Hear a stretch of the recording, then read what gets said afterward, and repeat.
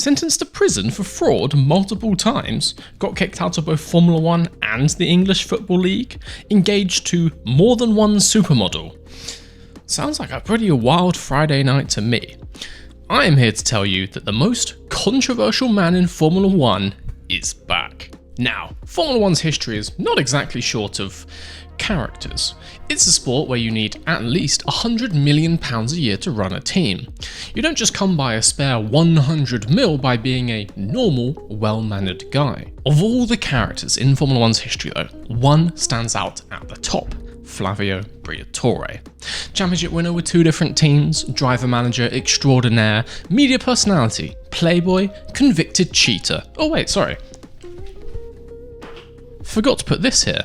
And now, special advisor for Alpine F1. Whoa! More about that in a second, but first, I need to tell you the Mr. V's Garage store is now open. If you love the high-speed green screen garbage that we have on this channel, you will love the new products we have based on that exact same insanity. We've got shirts, we've got hats, cargo vroom vroom, yes, cargo vroom vroom. We even have the very first Mr. V sticker pack. Look at that, that is horrifying. Check it out now at MrV'sGarage.com. That's MrV'sGarage.com. Patreon members get 10% off. Now, back to the video.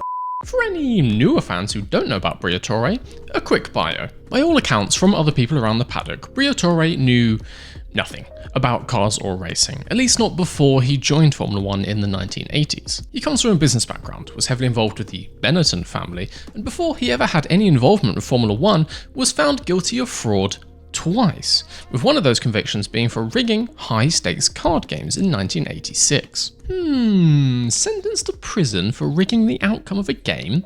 I wonder if that will become important later. Briatore never went to prison. Instead, he fled the EU for several years. It's not suspicious at all, don't worry. As mentioned, Briatore was heavily involved with the Benetton family and business, helping them to massively expand their American operations throughout the 1980s. Benetton had bought the team previously known as Toleman in 1985 and joined the grid in 1986, where they actually had some decent success straight away, finishing their first couple seasons higher than Toleman ever had. In 1988, looking to cement this early success, Luciano Benetton brought in his right-hand man from his US shopping empire, Flavio Briatore. While Briatore knew nothing about racing, he did know about people and was renowned as a brilliant, albeit ruthless, talent scout. One of his first major moves in the sport was bringing in rookie Johnny Herbert, and then one of his second major moves was firing rookie Johnny Herbert after just 6 races. It's important to set the tone, you know. One of his next major moves? Swiping an emergent young German driver from the Jordan team, Michael Schumacher. To say that signing Schumacher was a good move would be an understatement. Obviously. This helped propel the team to 1 Constructors and 2 Drivers titles, as well as setting them up for future success throughout the 1990s, admittedly with no further titles after Schumacher went to Ferrari. Briatore was not satisfied, however, with signing only one of the greatest drivers of all time, and so 10 years after he swooped Schumacher from Jordan, he brought another rookie into the sport, Fernando Alonso. He set him up with a Minardi drive before bringing him into the team formerly known as Benetton, Renault, where Briatore was now managing director and team principal. Once again, success followed, helped on also by Briatore's reported skill in signing talent off the track as well as on it. In the mid-noughties, Renault F1 was a powerhouse, and for a couple of years that car was the most technically advanced by some margin. Success in Formula 1 though does not last forever. Renault's tyre advantage from 2005 grained away, and several of their key technical advancements, such as the famed mass damper, were successfully protested and banned by other teams. As 2007 rolled around, Fernando Alonso left Renault for McLaren, and the French team found itself suddenly dropping from quickest car on the grid to the 4th best team.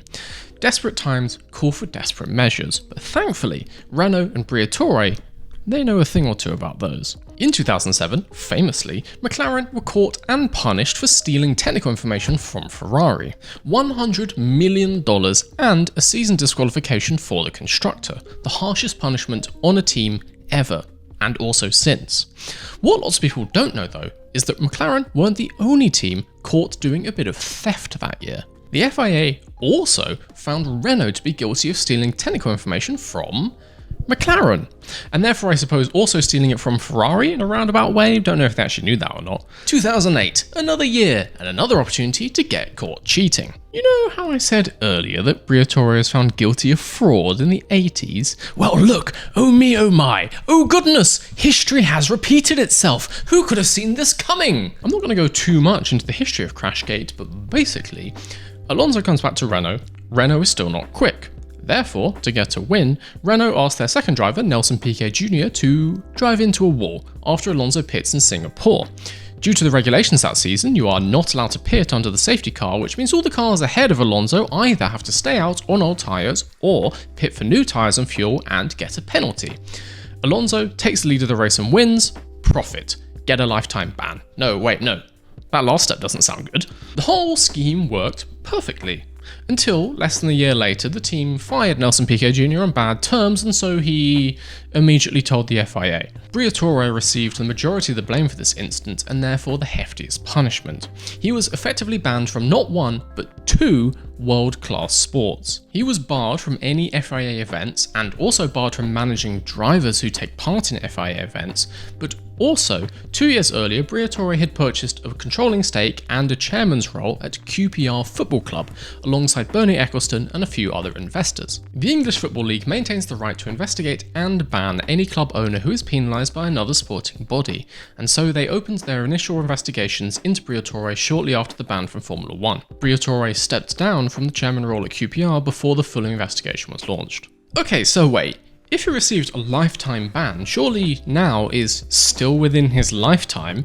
How has he just been hired by Alpine F1? Well, it's not all that well known, but the ban was actually overturned only a couple years later, when Briatore sued the FIA and the French government forced them to lift it. Despite this, Briatore stayed away from Formula 1 for a while, presumably to follow other interests, various business ventures, being the boss character on the Italian version of The Apprentice, dating various supermodels, you know, normal hobby stuff. While he basically hasn't worked again in Formula 1 until now, he has remained a prominent public figure, and so every now and again in interviews people will ask him about the sport, and he is normally more than happy to give his opinion on various matters. And it's these opinions that I would like to highlight in this video, because actually, lots of them are very popular.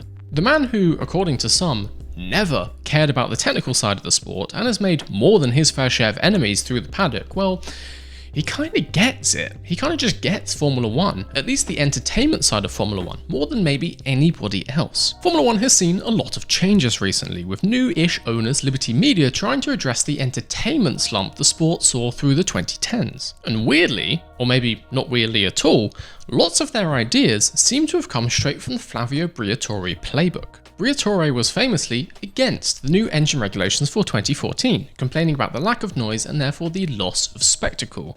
And well, many fans seem to agree, and I think it's obvious that racing did change after that point, now being much more about fuel conservation and tyre strategy and less about pushing for the win. And also, what do you know, Formula 1 have announced that with the new 2026 regulations they plan to make engines louder again, and therefore more of a spectacle for fans who are watching. Briatore once suggested that Formula 1 should maybe have more than one race over a weekend, so there's more to watch, and what do you know, sprint races. He was also famously against the technical arm race in the sport, and was one of the first to talk about Formula 1 as a show, arguing that many fans don't care about the technical side and just want to see some close racing, basically arguing that Formula 1 should move more towards a spec series. And well, with the cost cap a couple of years ago and more technical limitations on the cars, the sport has moved closer to being a spec series in the attempts to make cars more similar and therefore give closer racing. Back in the day, many people would have called Briatore crazy for his suggestions, but it would seem that a few people in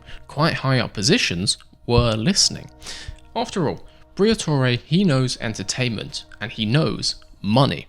He's a t-shirt salesman and he's a showman. In the words of the late Frank Williams, Flavio is not a racing man, but he always makes the right decisions. Which brings us to the question, will he make the right decisions at Alpine and help to turn that team around? God knows they need it. It's not clear exactly what Briatore will be doing, but it's a safe assumption that he'll be a sort of lead negotiator on the bigger deals that the team has to make in the next few years, bringing in new sponsors, new drivers, new technical partnerships, including potentially getting someone to actually buy their engine again. there is also a chance that Flavio has been brought in to oversee some major changes at the team, because clearly something is going on at Alpine right now. Several key staff have left over the last couple of months. Ocon has obviously just been dropped, but also a number of celebrity investors have been buying portions of the team over the last few years. The key staff leaving could just be organizational changes in response to the cost cap, you know, cutting down whole departments, a restructure of the technical side, that kind of boring thing. But to me, it strikes much more that the team is going to go through a major shift, a rebranding, or even potentially a sale. Is Briatore there to act as a sort of lead negotiator when selling the team to, I don't know, Andretti? I get the feeling that there's more Alpine news coming, and soon. We don't know what it is, but we do know that anything that happens after this point will have Briatore's fingerprints on it. Will there be more controversies? Almost definitely. But then again, Renault and Alpine managed to do that with or without people like Briatore, so business as usual, I guess. Will there be a championship title for Alpine in the next couple of years? Just like when Briatore joined Benetton or when he rejoined Renault? I wouldn't bet on it, but nobody knows the future. If you told someone from 2005 that new team Red Bull would win a championship in just a few years' time, they would have laughed at you. What I'm trying to say is, anything can happen in Formula 1. And finally, will he work his magic again and bring in a superstar driver to help lead the team? If anyone can do it, it's Flavio, but there isn't really anyone available right now. I mean, he was just seen having lunch with Fernando Alonso. No, but that's ludicrous. Alonso's just re-signed with Aston Martin. No, he couldn't possibly do that. Or could he? What do you guys think is the next big story for Alpine? Does Gasly leave too? Or do they convince him to stay by signing someone significant? Or do you think that team is getting sold? Could this be the last year of Alpine F1? If you enjoyed this video, leave a like down below to let me know, and subscribe so you don't miss the next one. Until that time though, I've been Mr. V, and I'll see you guys later.